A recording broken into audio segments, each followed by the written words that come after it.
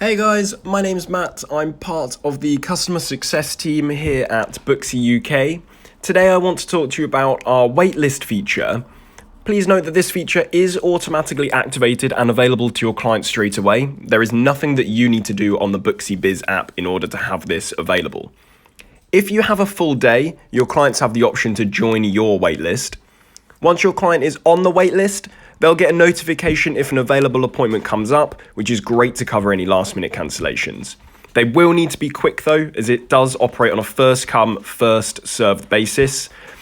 I just want to show you how it looks on the app.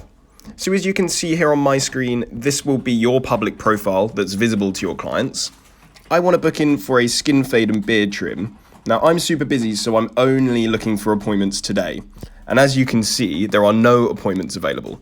You can, however, join the waitlist, which is just underneath the calendar. If your clients click on that, they have two options. They can join the waitlist for this day only, or they can join the waitlist for any appointments the day before or the day after. I only, as I said before, want to book in for this day.